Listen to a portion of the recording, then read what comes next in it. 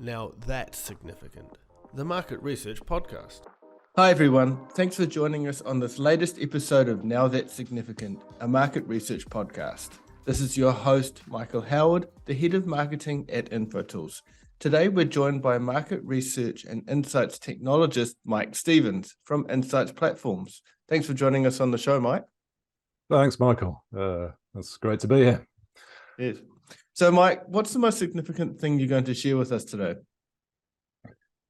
I guess really we're talking about how ResTech, which I'm still not sure I really like that term, but we're going with it. Research technology. It's almost not even worth calling out as a separate thing anymore because it's so ingrained. It's so much the foundation, so much of the normal in the insights industry.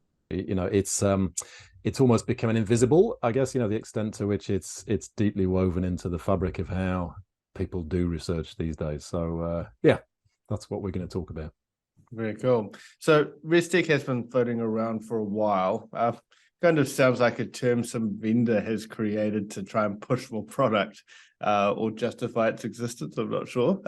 What exactly do and don't we mean by it? It's funny you say that because the term was very heavily pushed by one of the most successful ResTech founders who exited at an incredible valuation on his business last year. So, kudos to, coining that, I guess adapting that term from fintech and learntech and all the others. But I think, the way that I look at the industry is kind of maximalist. So, very much across not just market research, but a lot of adjacent categories, things like UX research, customer experience, analytics. These things are all playing into each other. And if you talk to any head of insight now, most of them are looking to make use of all of these different data sources and to bring together these different perspectives on the customer.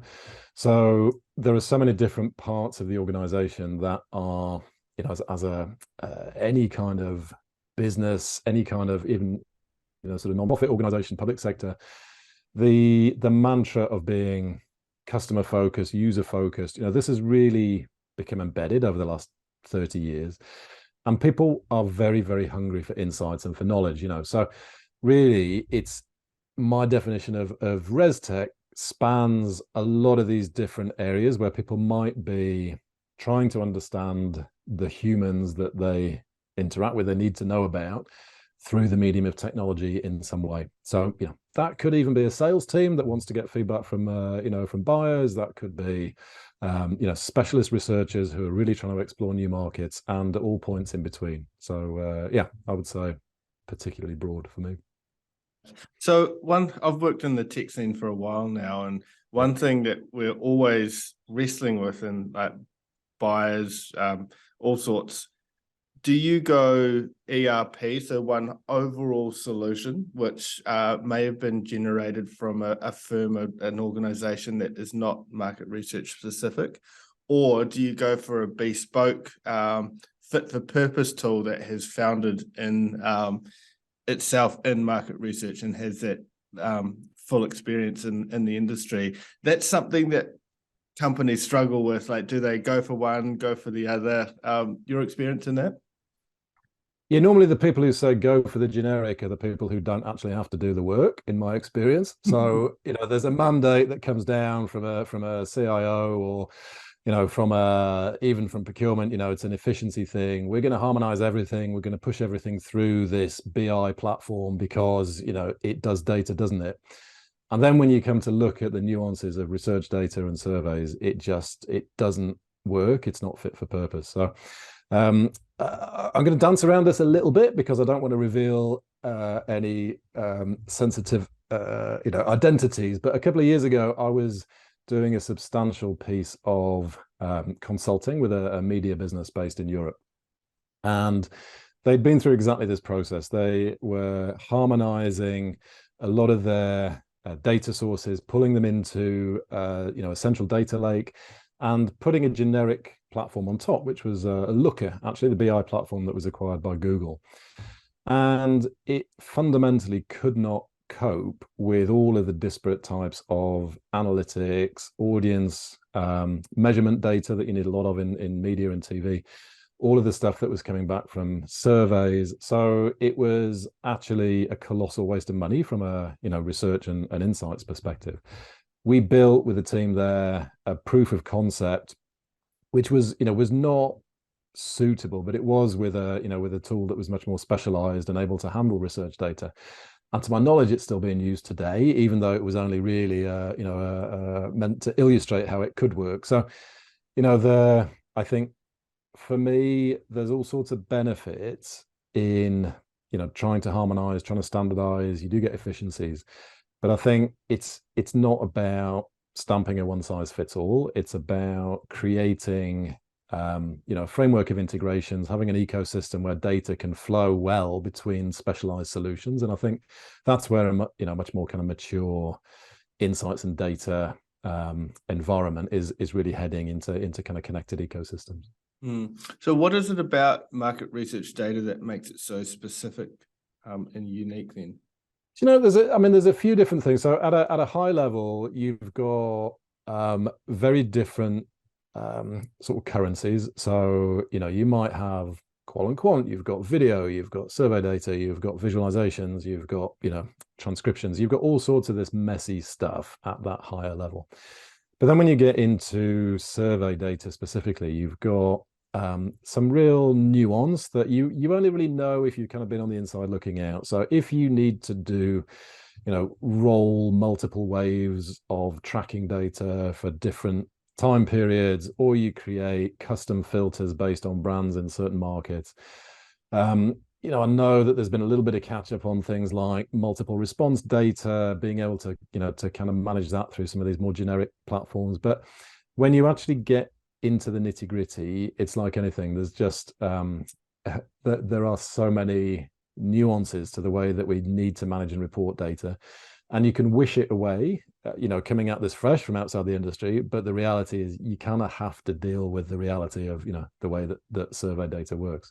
So I think, two things. So one is just the kind of the high level, very different currencies between qual, quant, video, to be honest, now the broader scope of research includes a lot of analytics and behavioral data. And, so it might even be, clickstream data or passive tracking data, all of that sort of stuff.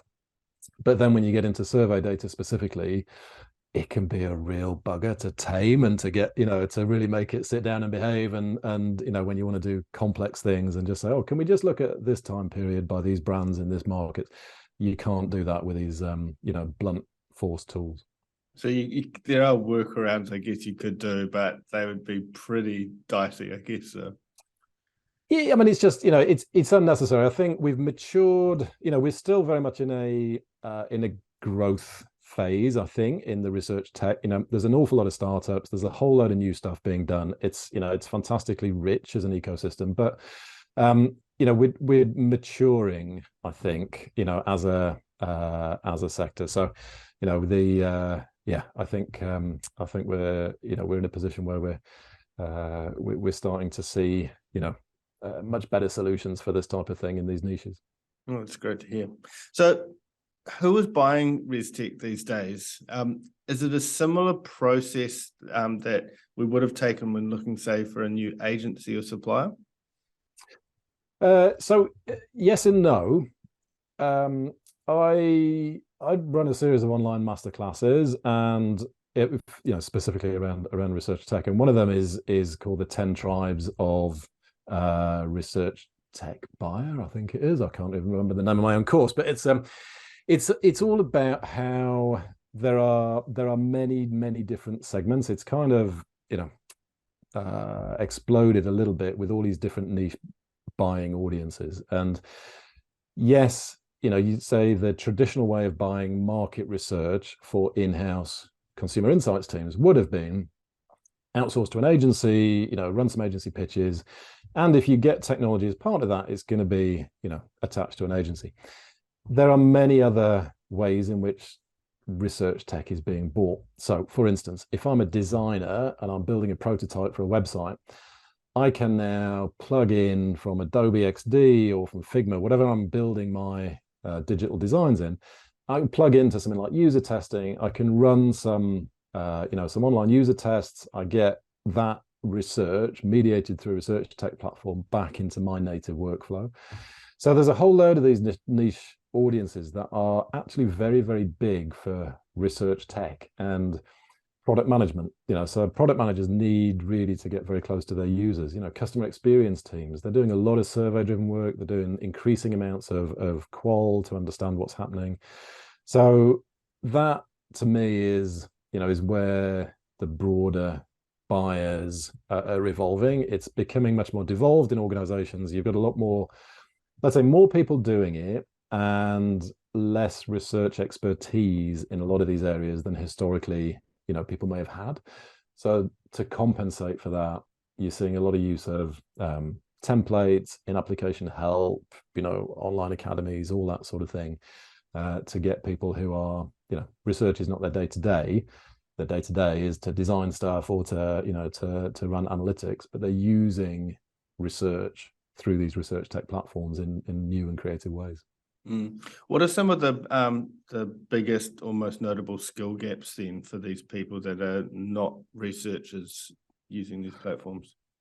Yeah, so it does vary depending on what they're trying to do. So product managers are likely to have much more understanding of data and analytics, and particularly if they've come from a more of a development or a computer science background. When it comes to the nuance of interviewing users qualitatively or observing them or designing the right questions, all of that sort of thing can be a little bit challenging and needs careful coaching.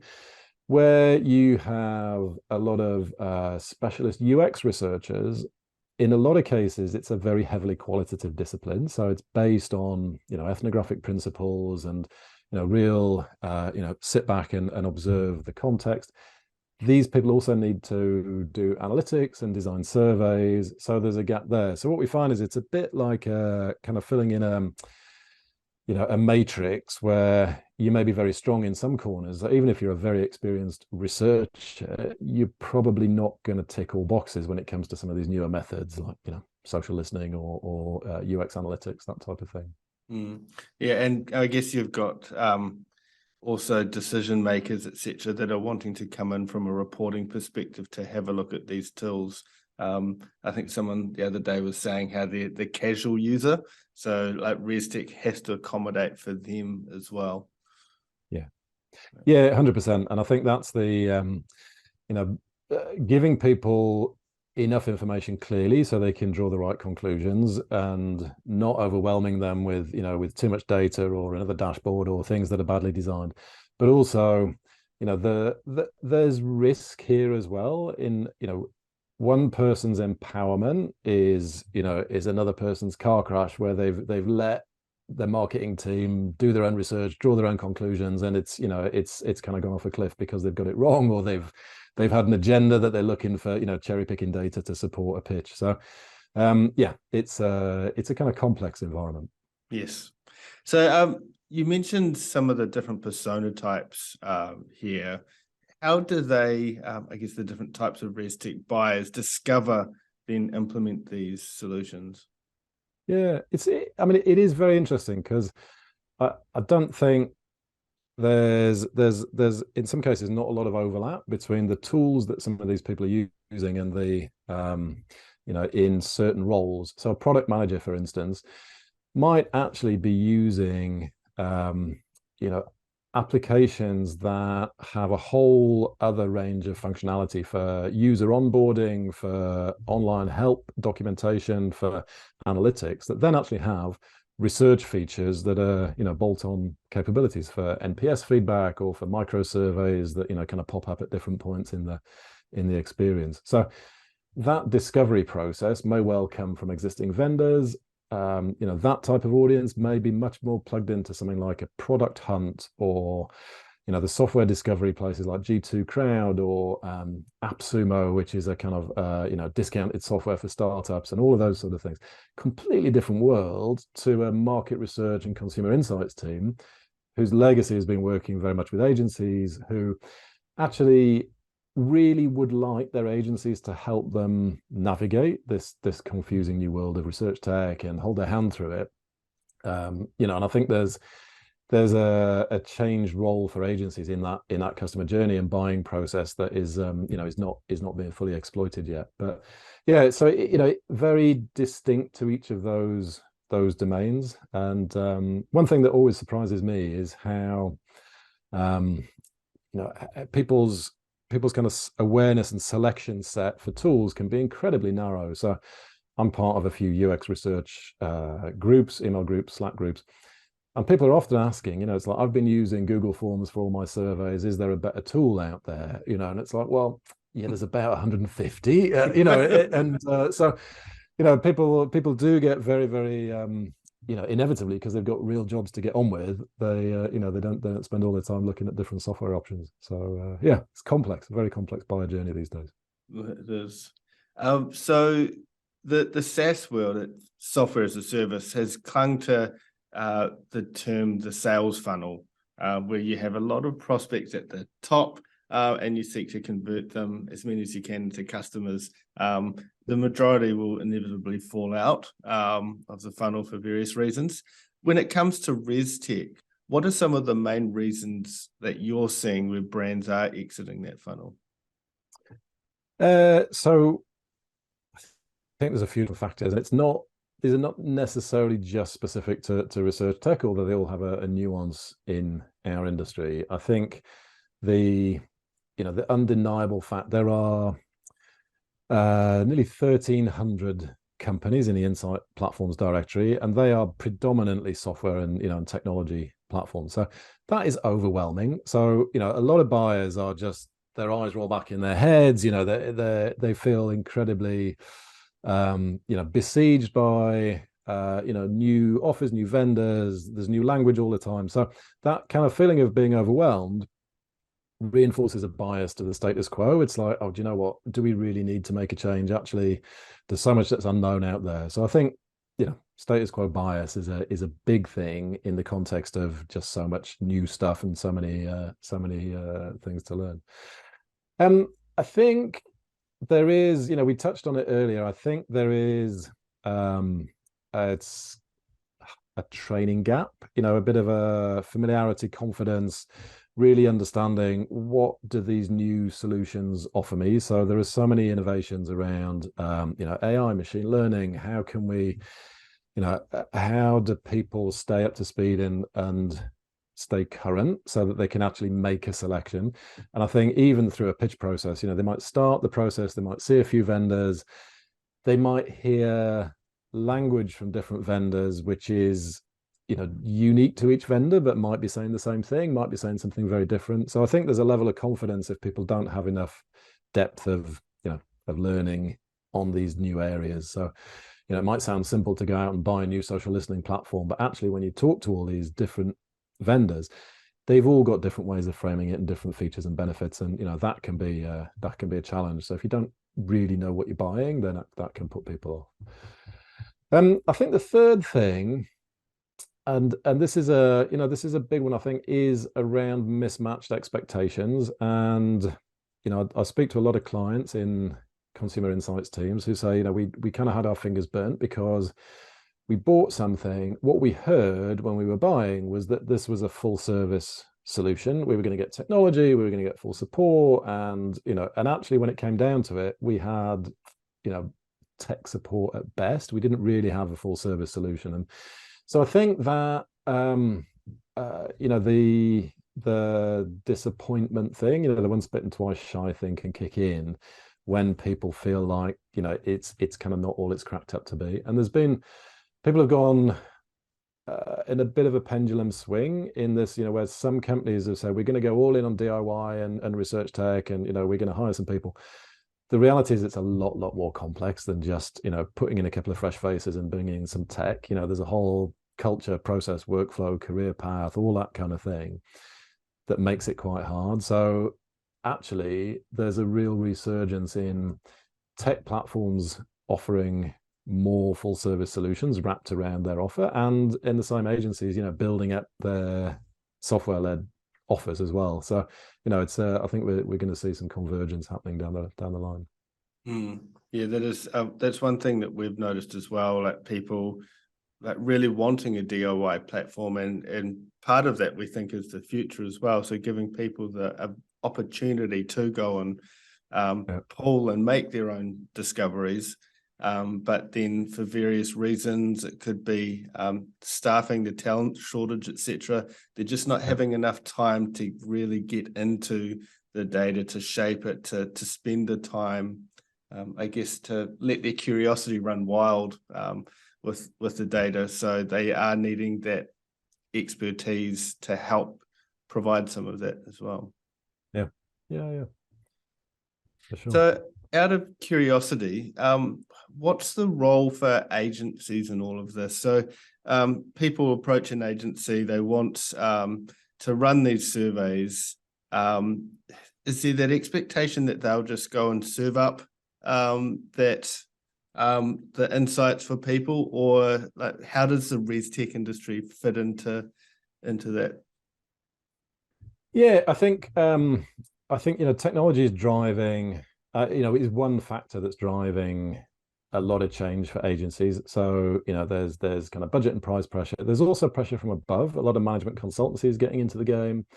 So I think we're going to see this this sort of separation. I think agencies who go upstream into much more advisory, premium, consultative spaces, whether that's a niche in a category, in a sector, whatever it is, I think will do well. And technology is a kind of component of what's driving them there. I think agencies who go into the let's say high volume, to be able to run lean and efficient with technology as a core driver of that. So a light servicing on top of, sort of DIY plus type things. I think lots of opportunities around that. I think the old model where there's a lot of agencies in the middle, I think that's where there's going to be a big squeeze. So, delivering kind of data, using a lot of people in the middle, most agencies are going to have to get on board to either go upstream or to use tech to drive much better efficiencies in their offer. But I think there's also, the smart agencies are really actually building technology into their IP and their offer. So they're creating, branded products powered by technology, sometimes in-house, sometimes white labeled with partnerships. They're creating, IP assets that are a combination of, smart people and technology that are sticky, are really going to make a difference for their clients. So I think, those are three of the big opportunities to me. I think the status quo is going to be a challenge for a lot of agencies, just the kind of, collecting data, tying it up in a bow and passing it back to clients. That is being disrupted, as is the in-house, the market research value chain as well, between insights managers and stakeholders. But I think those three things: go upstream, more consultancy; go volume-based, more efficiency; or a hybrid of powerful tech plus services-based IP. I think those are the three big opportunities for agencies. Sure. From time to time, I do like to dust off my crystal ball. So can you share a few predictions or trends that you're seeing for the future? Yeah, sure. I mean, I think I probably just trailed one. There's three biggish ones that I think come. So that hybrid, really tight integration of tech and services. I think hybrid solutions. We recognize that companies who wanted to go full DIY had their fingers burnt, or they couldn't quite make it work. The old school model of everything being fully serviced isn't going to work. There's a sweet spot, so that hybrid thing, the future is definitely hybrid around that. I think there's a second thing here around, we touched on it actually right at the top, around platform ecosystems and integrations. And there are, there's a few that will emerge, but if you look in, kind of CRM, you look at something like Salesforce. One of the reasons why that's become so dominant in the CRM space is open integrations, API access to third-party tools. There's 8,000 odd, applications in the Salesforce App Exchange. That then becomes very difficult to unplug once you've got it in as the spine through which all of your data is flowing. I think we don't really have an equivalent in the research tech space right now. There's a handful of companies that are building, either marketplaces or, kind of integration layers. But I don't think we're really quite there yet. And that's going to be a really interesting space. So, much more connected data, integrated platform ecosystems, I think is a second big future trend. And the third that I'm really excited about is the whole large language models thing. We've seen a lot recently on this generative AI. So, read out, type in some words that generate artwork. But actually what underpins that, things like OpenAI, GPT-3, Google's Lambda, I think going to be disruptive in a much more fundamental way than we've seen. So we've seen, great for coding verbatim responses, great for, translation, transcription, all of those things. I think we're going to start to see them make inroads into, much more sophisticated combinations of qual and quant research, automated moderation that feels much more human-like, so we've got conversations happening at scale in a way that we've not really seen before. And I think that's a big growth area for me. Yeah, and we've seen so much. Well, I guess the AI has had so much time to train as well over the last 5 years in particular. For your Siris, your Alexas, your what is it, your Watsons, etc. They've all had plenty of time, and it's that training which really can make it rich, can't it? So yeah, absolutely. So if I can quickly recap what we've talked about today. So ResTech, we argue, is it's the new normal for insights professionals. It's something that is here to stay. It's become part of our daily lives to help us give the efficiencies, etc., that we need. We talked about what it means. It's been floating around for a while. Also, the fact that we do have these generic all-in-one systems, and then we do have these bespoke market research specific tools as well. And we do argue that market research data is far more specialized and requires a particular set of skills, if you will, to actually handle it and get the most value out of it.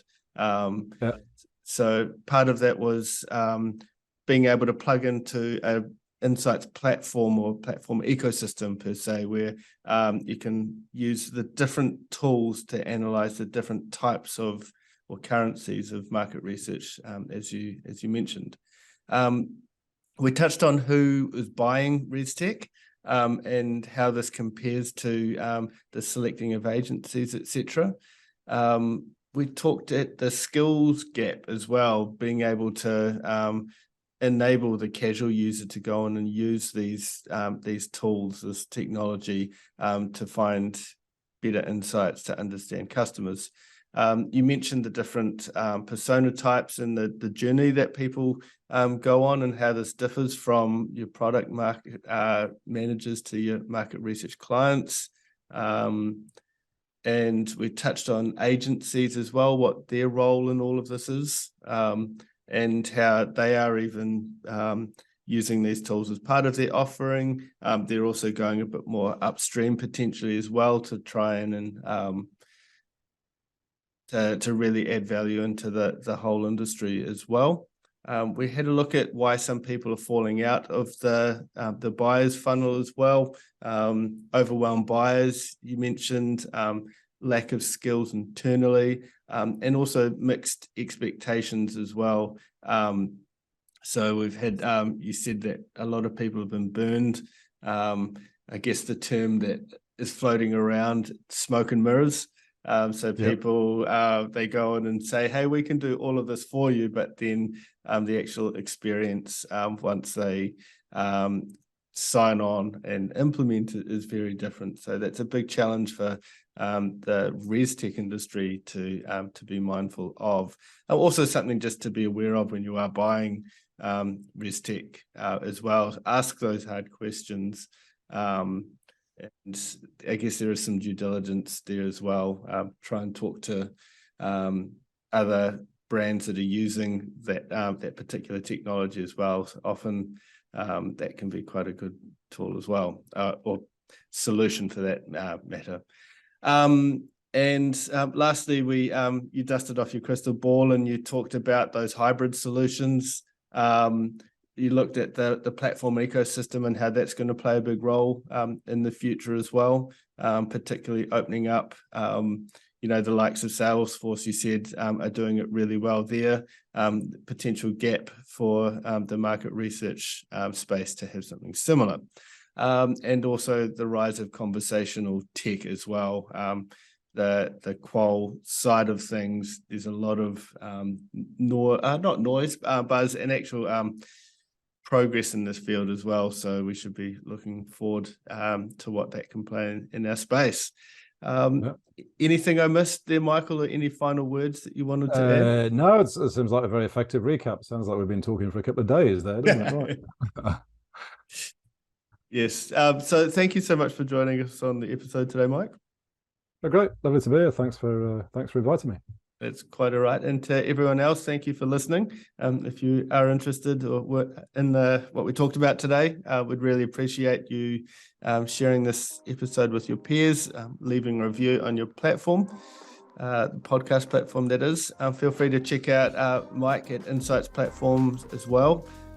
If you're ever looking or interested in ResTech or solutions just to help you with your market research endeavors. So thank you from the team at InfoTools for listening to Now That's Significant.